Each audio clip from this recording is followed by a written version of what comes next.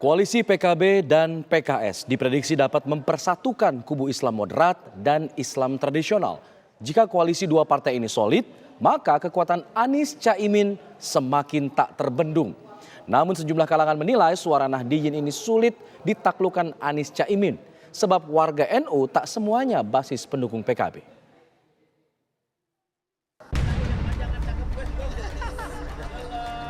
Pertemuan perdana Partai Nasdem, Partai Kebangkitan Bangsa PKB, dan Partai Keadilan Sejahtera PKS pasca deklarasi Anies Baswedan Muhaimin Iskandar bak menjawab kabar hengkangnya PKS dari koalisi pendukung Anies tidaklah benar.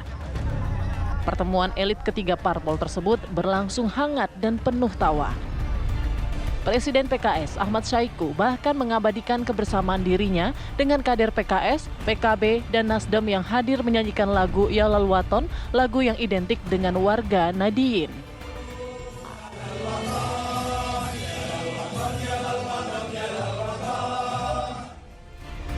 Bersatunya PKB dan PKS diprediksi dapat mempersatukan kubu Islam moderat dan Islam tradisional. Wakil Sekretaris Dewan Syuro PKB, Maman Imanul Haq, mengaku optimistis jika koalisi PKB dan PKS solid, maka kekuatan Anies Caimin semakin tak terbendung. Saya katakan bahwa PKB punya hal menarik soal Jawa Timur dan Jawa Tengah. Jawa Tengah kita menargetkan paling tidak 40% lebih untuk Anies Muhaimin. Jawa Timur jelas bahwa siapapun yang menggandeng Jawa Timur dengan kekuatan PKB misalnya dan NU-nya itu pasti menang. Makanya berkali-kali kita mendukung misalnya SBY, mendukung Jokowi dan sebagainya, di mana PKB ada di dalamnya dan Gus Muhaimin menahkodai itu, kita menang. Nah sekarang kita punya kekuatan PKS, Jawa Barat. Nah Jawa Barat dengan kekuatan PKS dan tentu hari ini teman-teman PKB, ini menjadi kekuatan penting sehingga Jatim kita menang, Jateng kita berikan lah ya ke Ganjar, lalu Jawa Barat. Oh udah menyerah duluan. Bukan menyerah, karena kita kuat juga di Jawa Tengah kan? Padahal kuat, realistis lah, realistis Ya, aja. realistis ya. Realistis. Jadi di politik itu kita jangan kalau caleg baru biasanya saya akan dapat anu. Kalau saya kan 2 kali periode di DPR, jadi tahu persis mana cekungan yang kita ambil, mana yang kita yakinkan untuk menyeberang ke kita, dan itu kita terus tiap hari. Dalam 2 hari ini kita udah rapat dengan Mas Anies di DPP PKB, lalu kemarin di PKS, lalu nanti malam terus-menerus, sehingga kita nanti akan menyuguhkan sebuah kampanye yang tidak hanya merebut suara saja, tetapi visi misi kita untuk memberdayakan Nahdliyin itu akan kita kemukakan. Namun, politikus PDI Perjuangan Muhammad Nabil Harun menyatakan gerbong NU sulit ditaklukkan Anies Caimin. Pasalnya, warga NU tak semuanya merupakan basis PKB. Koalisi Perubahan juga harus bekerja keras menggenjot elektabilitas Muhaimin Iskandar. Tadi meralat Kang Maman ya, kalau Jawa Timur katanya sudah pasti menang. Saya kira di pemilu 2019 justru PDI Perjuangan yang menjadi pemenang di Jawa Timur. Jadi saya kira perlu dipertimbangkan lagi itu kira-kira pernyataan Kang Maman. Dan saya kira di Pilpres kali ini justru Caimin yang harus bekerja keras untuk meyakinkan suara atau basis massa PKB itu sendiri.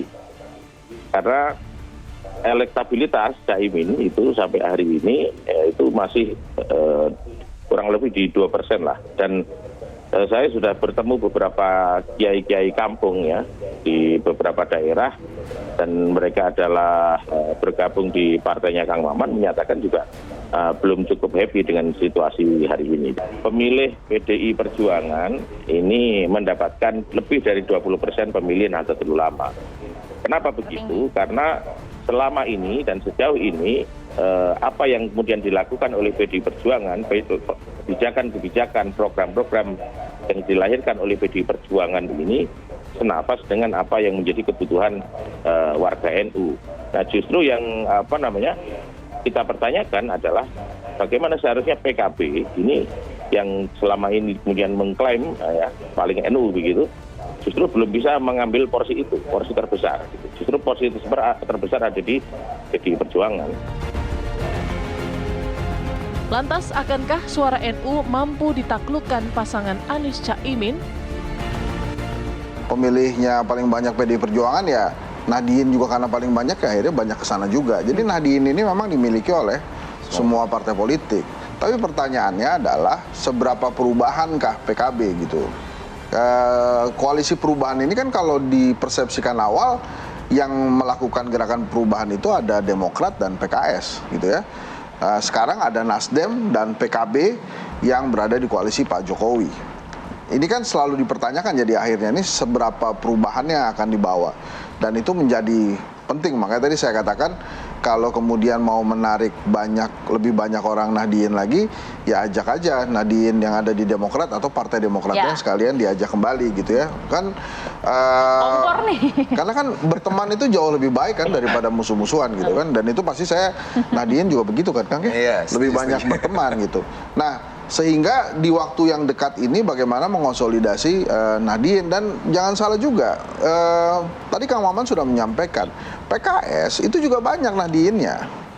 Jadi pada saat tadi Kang Maman mengatakan bahwa Jawa Barat itu ada PKS, kemudian mungkin Banten dan Jakarta ya, kalau dari hasil surveinya Kedai Kopi itu juga perlu PKS tuh, PKB, maka komunikasinya harus lebih intens dengan Nahdien tadi. Jadi konsentrasinya bukan siapa yang memiliki Nahdien lebih banyak, tapi bisa nggak nih Kang Maman dan PKB serta Koalisi Perubahan mengajak para Nahdien dan banyak warga masyarakat Indonesia pemilik suara yang mau masuk dan mendukung gerakan perubahan. Tim TV One mengabarkan.